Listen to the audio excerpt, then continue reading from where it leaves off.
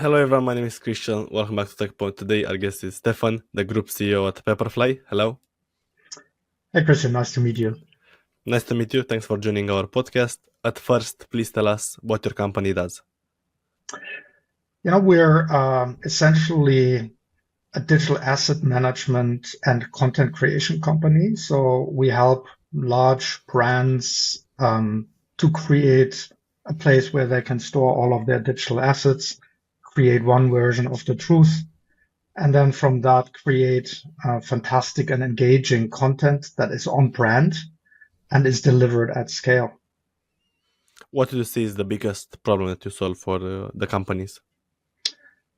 Companies like Mercedes that we help, they are global. They have a lot of digital assets to represent their brand, be it their logos, their colors, their fonts, their imaging, their videos, and so forth. So we help them to create one version of the truth, put it all in one place for everybody that needs to produce content, put it in one place. As a side effect, we represent the brand of Mercedes internally in a way that is quite engaging and helpful for marketers, but also potentially for salespeople and customer service people to use in their content. Yeah, and to be precise, we have a suite of products, but there's really two value propositions that we serve. One is digital asset management, so that is our DAM system at the core of it. It's called Place. That's where we store all of the imagery, the digital assets that the customer has. And then there is Point, where these assets can be presented like a showcase for the brand. So your assets are being shown in the brand context and bring that brand experience to life. So that's one. The other one is our content production capability. At the heart of that is what we call Produce. That's a template-based solution that can create all kinds of contents. It can be a piece of print work. It could be a coffee cup that you want to print or a 5x5 meter poster for the holiday shopping season. But of course, today, digital channels are the norm. And so we produce a lot of outbound kind of material for social networks, be it LinkedIn, be it Facebook, be it Twitter. Think about banners, think about digital brochures and the likes. And what we enable is for them to be always on brand and to be delivered at scale. Because if you serve like these channels, you have to put out stuff all the time at high frequency and at high quality. And what type of companies need your service? Who would you say is your target audience? It's mostly enterprises. And when we talk about our ideal customer profile, it's cross-industry. It's 500 employees plus typically. And they have a certain budget to spend on these things. What helps us is if the company has a certain level of complexity. For the digital asset management part of our value proposition, I'd say companies don't have to be overly complex, but probably need a certain level of size. And they have to have the pain points of wanting to organize their marketing assets that are currently probably scattered across the business. For the other value proposition for content creation, on-brand content creation, I'd say it's also cross-industry. The companies are slightly bigger and have a company complexity that is probably characterized by a lot of subsidiaries. So you have marketers that are maybe in local markets or in local offices and that have to do local stuff while maintaining the central brand. And that is where the tension is really. And before using a solution like yours, what do they use? They just store it in Drive and it's chaos in coordination? Yeah, I think that's not entirely wrong. Like what you see a lot is like digital asset management replaces maybe a SharePoint site, file share even, right? Yeah. Where they typically have chaos. They don't know their digital rights. They don't know whether an asset is up to date and so on. Yes. For the content creation at scale, it is like a lot of designers or agencies putting stuff together. What we very often find is that local people just cobble together something in Word or whatever tool they have at their disposal, and then they may use an outdated logo, Yes. and you're off brand right away. So that's what we replace. I think in both cases is like we're replacing tools that are not made for that purpose with special purpose tools. Yeah. For sure. For sure. From one point, they actually need this solution. Yeah, that's right. At a certain scale, at a certain requirement on like how they can grow and reach out and engage their customers, we Yeah. typically see inbound demand for these kinds of things. Could be a rebrand in the case of digital asset management, or could be just growth, international growth in the case of the on-brand content creation. And how do you see the market? How competitive is it? Yeah. How do you see it from your perspective? Yeah, I'd say digital asset management is now a well-established category. It has matured. There's quite some players in there. We're part of the Forrester Dam wave, so we are visible in that universe of dam players. They have the top 15 captured in there. Mm-hmm. We're a player differentiating, particularly with our capabilities in the brand space, but also the way we allow for flexibility and a great user experience. I think that's what we stand for. So that's a well-established market. The content creation market, on-brand content creation at scale, is not an established category. It's more a need, an emerging need that is born by the digital first world. Mm-hmm. And that's what we're trying to serve. And that's where we are like incredibly differentiated also versus competition. It is something that we do for a long, long time and that we've grown up in, and we really understand how the needs look like, right? Local approvals, being able to create all sorts of materials, brochures, web banners, and so on, being flexible, but not being exposed to a designer kind of interface. So basically everybody can use this. Yes. And in that way, it democratizes, if that word makes sense, the way these things can be applied for the benefit of our customers. And if you can share, I'd love to hear the story of the company. Yeah, I mean, it's a company that has a history of over 20 years. If you look into the individual pieces, I think the most important thing is we are rooted in Scandinavia, but we are now a global company. In fact, we are making the majority of our revenue now outside of Scandinavia and serve customers in 100 countries. I'd say the Scandinavian roots make us a very value-driven environment. We have fantastic people. We have high innovation. And the last milestone that I'd highlight is in 2021, two companies were combined. One was Brandmaster, the other one was Papirfly, and that created the Papirfly that we have today. Since then, we have made further additions. We added KeyPeak, the French dam leader, to the family, to Papirfly Group. And that has been a fantastic addition because we are now very active as well in the French market. And there's another smaller company that caters to designers and agencies called BrandPad.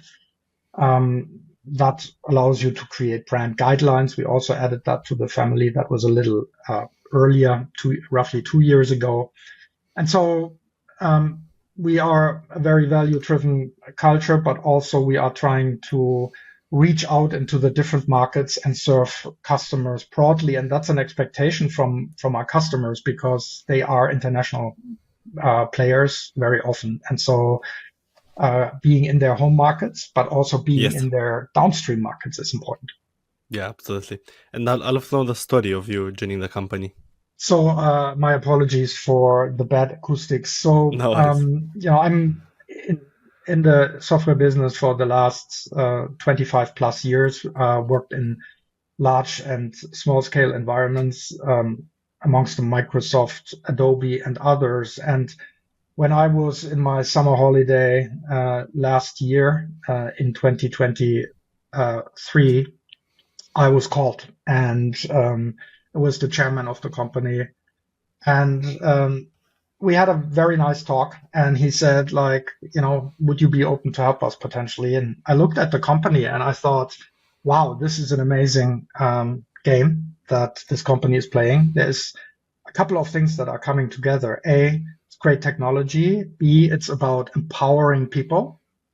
And C, it is a great value-driven kind of environment. And that attracted me because I really see a lot of opportunity for us to grow and help customers. And the rest is history. So I'm not there for a long time, but we're making fantastic progress. And, we're building a truly global company that has the right to be there and helps Yep, customers every day.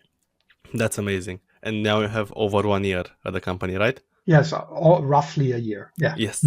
Yeah. And how many team members are at the Papirfly? We're roughly 300, and we sit in very various locations. So we are in Norway, of course, where we have been born, but then also in Stockholm, we're in London, we're in Czechia, in two wonderful cities called Slin and Brno. Brno is the second largest city of Czechia. Okay. And so we have colleagues all over there. We have colleagues in Paris. We have colleagues in New Jersey in the US. And so we're quite the spread out culture and multi-country culture. Yes.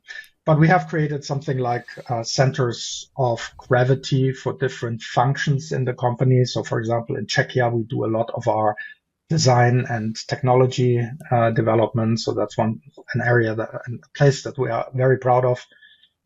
In London, we are more oriented towards the commercial things like sales and marketing, and so forth, right? Yes.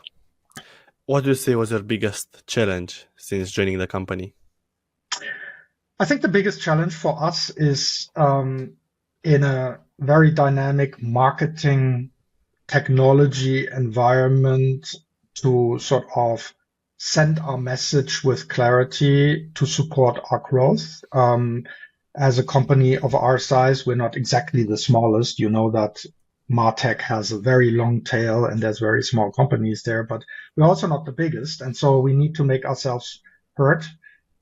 We need to be thought leaders in the space of branding and digital marketing. And we want to put a spotlight on this problem of creating content at scale, which we believe is something different than being, just creative. Creativity is a fantastic thing. And it's what we build on, of course, like fantastic designs, fantastic creativity. But then how do you get it out there to hundreds of thousands of customers that you have as an enterprise? And how do you do it on brand and in a great and engaging way? So it's what we're trying to solve. So then scaling the company is our challenge. Like, how do we become this player to capitalize on this opportunity? And how about the status of the company? Is it a funded company? We have, yes, we have investors that are there for the long term.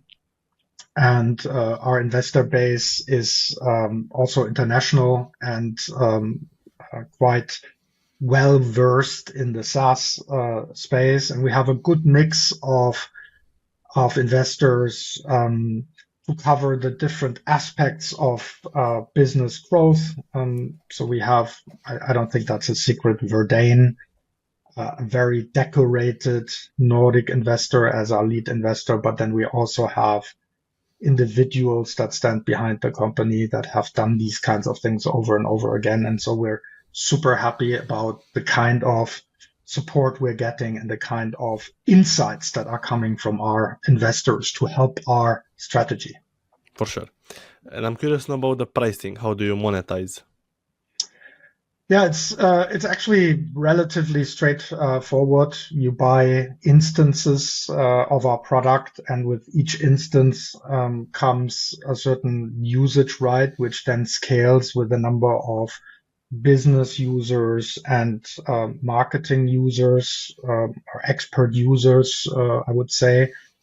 And that is our licensing model. It has proven to allow for relatively good and attractive entry points. For them, that is in the range of 25,000 euro. And then for large companies, that of course goes up.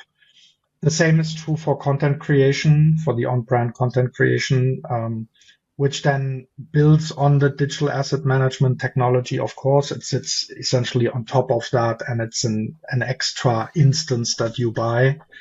But I think we have very transparent and clean pricing that scales with the value we generate. Mm-hmm. And in terms of finding customers, what do you say is the most effective go-to-market strategy to get new clients? Yeah, look, I mean, we obviously do everything from search engine marketing, where you know that sort of the search terms very much matter, and how you position, and that is one of the big sources. But then also we are going after decision makers through social networks, like LinkedIn. And then there's a lot of word of mouth. So what we typically have, and we love that, we have very happy customers. And so they recommend us to others. So word of mouth. Word of mouth has become a good source for us. Also, as customers move from one company to another, they often take us with them. And then we are going on events increasingly again. Of course, that is only true us after COVID. And we're going to digital asset management events, but also would look at events like the Mexico, which is a digital marketing doer event. So people that are practitioners. And so we look at executives and doers, like people that use our technology, and we love to work with both groups. And now, how about the future? What is the vision for the future?